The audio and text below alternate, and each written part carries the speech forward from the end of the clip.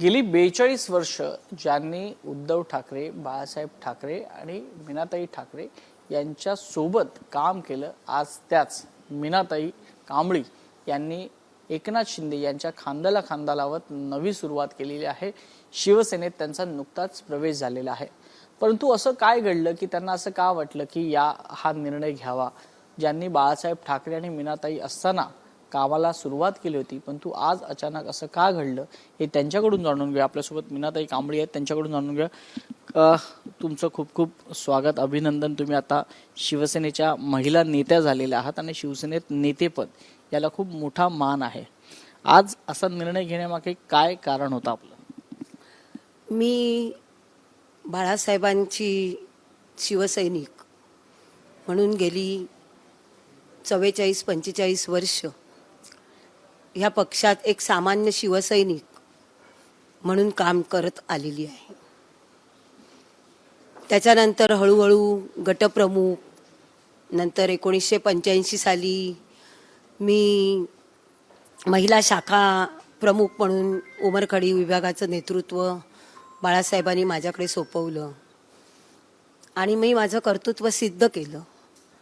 आणि म्हणून 92 साली जेव्हा महिला विभाग प्रमुख नेमायची वेळ आली, त्यावेळा दक्षिण मुंबईतून मीना कांबळीला विभाग प्रमुख करा म्हणून बऱ्याचशा शिफारशी साहेबांकडे गेल्या, कारण दक्षिण मुंबईत महिला आघाडी शून्य होती। पण 90 साली ज्यावेळी महिला धोरण डिक्लेअर झालं, त्यावेळी संपूर्ण दक्षिण मुंबईत त्यावेळी 27 शाखा होत्या आणि ह्या 27 शाखेत मी प्रत्येक शाखेत बैठका घेऊन प्रत्येक विभागातून काही महिला काढत जाऊन सगळ्या 27चे 27 शाखा महिला शाखा प्रमुख म्हणून त्याची साहेबांकडे त्यांच्या नावाची शिफारस केली। आणि हे माझं सगळं काम बघून 92 साली साहेबांनी मला विभाग प्रमुख म्हणून घोषित केलं। सगळ्यात पहिली महिला विभाग प्रमुख म्हणून दक्षिण मुंबईची माझं नाव होतं। 15 वर्ष मी विभाग प्रमुख म्हणून प्रामाणिकपणे निष्ठेने काम केलं। मी कधीच काही मागितलं नाही। ही सगळी पदं मला साहेबांनी दिली माझं काम बघून।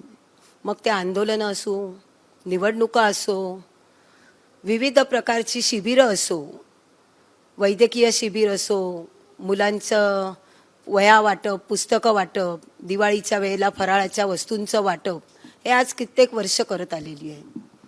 मी उमरखाडीत राहत असताना बाल सुधारगृह आहे तिकडे, त्या ठिकाणी मी दरवर्षी ती अनाथ मुलं तिथे असायची आणि त्यांच्यासाठी मी त्यांना त्यांच्या घरची आठवण येऊ नये म्हणून रक्षाबंधनच्या दिवशी कार्यक्रम घेत होती। एक वर्षी मी सहज मांना म्हणाली, मा मी असा असा कार्यक्रम घेते, तुम्ही याल का हो माझ्या कार्यक्रमाला? तर म्हणाल्या, हो येईन ना मी। मा माझ्या कार्यक्रमाला आल्या। श्रावण महिना होता, पावसाळी वातावरण होतं। मांच्या गाडीत मी बसून आले। सर्व शिवसैनिक मोटरसायकलवर मांच्या गाडीचं रक्षण करत मातोश्री ते उमरखाडी आणि परत उमरखाडी ते मातोश्री। ते बिचारे शिवसैनिक पावसात भिजत होते, वाऱ्यावरून मातोश्रीपर्यंत येत होते आणि हे मांच्या नजरेतून कुठेही चुकलं नाही। मानी सांगितलं की सगळ्यांनी जसं वांड्रा जवळ आलं तसं मानी सांगितलं, मला या सगळ्या शिवसैनिकांना जायला देऊ नको, हा त्यांना सगळ्यांना मातोश्रीत बोलव। म्हटलं हो मा बोलवते। आणि ह्या सगळ्या शिवसैनिकांना मी मातोश्रीत बोलवलं। सगळ्यांना सांगितलं, मानी तुम्ही बसा, मी बघते तुम्ही पावसात भिजता आहात आणि मी गाडीत बसली आहे, तुम्हाला सर्दी खोकला होऊ नये म्हणून मी आल्याचा चहा घेऊन येते, तो तुम्ही सगळ्यांनी घ्या। खरोखरच सगळे शिवसैनिक भारावून गेले, त्यांच्या डोळ्यातून अश्रू उभे राहिले आणि मानी आल्याचा चहा दिला। नंतर सगळ्यांनी जय महाराष्ट्र केलं आणि आपापल्या घरी गेली। दुसऱ्या दिवशी मला बाळासाहेबांचा फोन आला, काय ग माझ्या माना तिकडे नेलंस आणि रडवलंस ना? मी इतकी घाबरली। मी म्हटलं साहेब मी नाही रडवलं, मी माना काहीच बोलली नाही। बरं आता ये, 2 रिकामे टेम्पो घे आणि मातोश्रीवर ये। मी 2 रिकामे टेम्पो केले आणि मातोश्रीवर गेली.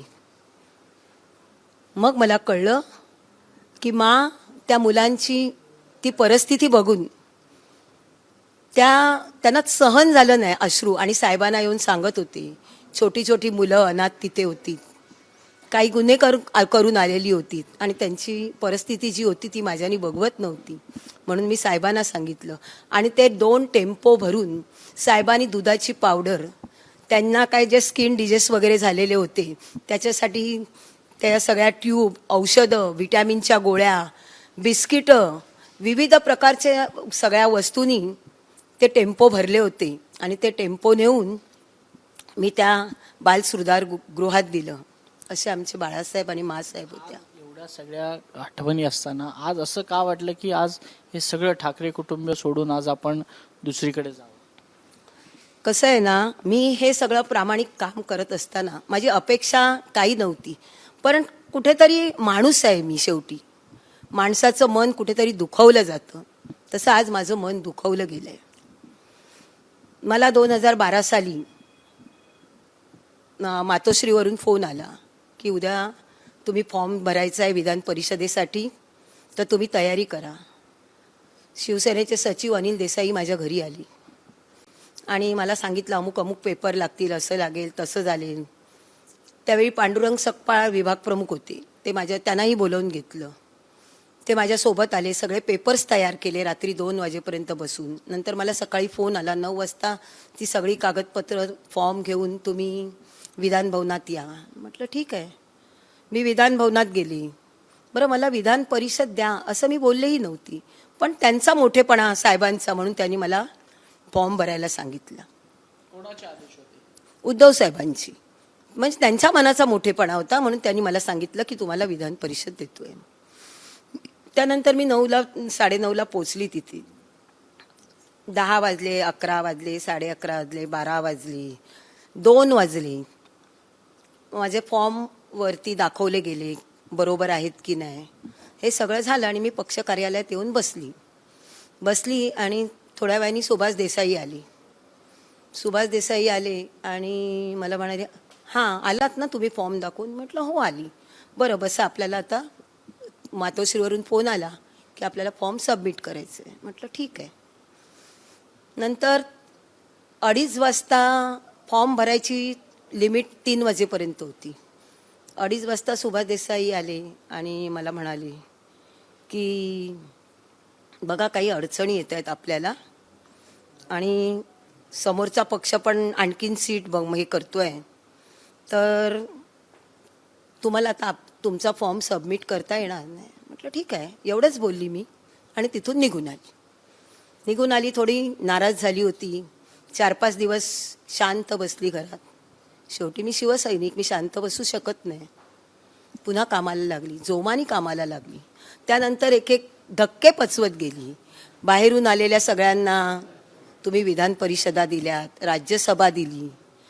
तुम्हाला कधीही माझा विचार आला नाही काय? माझे तुमच्याशी कौटुंबिक संबंध, घरचे संबंध, कुठलीही गोष्ट असेल की रश्मी वहिनी सांगायचे आज आपल्याला हे करायचं, आज आपल्याला ते करायचं. हो वहिनी, एकदा तुम्ही सांगितलं ना, आता मी सगळं बरोबर करते. आणि ते सगळं मी करायचे. सगळ्या महिलांच्या शिफारशी करायचे. साहेबांनी विश्वासाने मी केलेल्या शिफारशींना मान्यता द्यायची. मग हे सगळं असताना माझ्या बाबतीत माझ्यावर हा अन्याय का झाला? आणि शेवटी मी माणूस आहे हो, किती अन्याय सहन करणार. काल परवाकडे पण जी यादी डिक्लेअर झाली त्या यादीत सुद्धा बाहेरून आलेल्या लोकांची नावं, जे नवीन आहेत त्यांची नावं. त्यावेळी मीना कांबळी तुम्हाला दिसली नाही का? माझा भाचा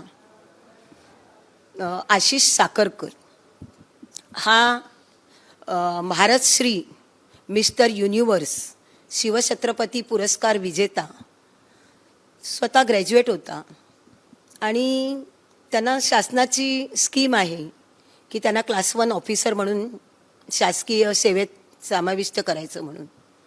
साहेब मुख्यमंत्री झाले. माझा भाचा माझ्या घरी आला आणि म्हणाले, मला ते छोटी म्हणतात, छोटी आता आपले साहेब मुख्यमंत्री झाले आहेत, आता माझं काम होईल मंत्रालयात. म्हटलं हो होईल ना, का नाही होणार. नंतर थोडे दिवस गेले आणि मी साहेबांकडे सगळे त्याचे पेपर्स सगळं आणून दिलं आणि म्हटलं साहेब तुम्ही तर ओळखता, कारण आम्ही सगळे शिवसेनेवाले. तर म्हणाले हो हो, आपण त्यांचं काम करूया. नंतर ते शेवटी ते मुख्यमंत्री होते, कामाचा व्याप होता त्यांच्या डोक्यावर, म्हणून मी सातत्याने कोणाकडे ना कोणाकडे चौकशी करायची.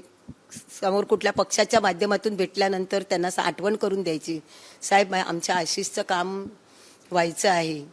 तर हो हो करूया आपण. त्यांचे मग नंतर त्यांनी मला सांगितलं की OSD आहेत माझे सुधीर नाईक म्हणून, त्यांच्याशी कॉन्टॅक्ट ठेवा तुम्ही. तर म्हटलं ठीक आहे.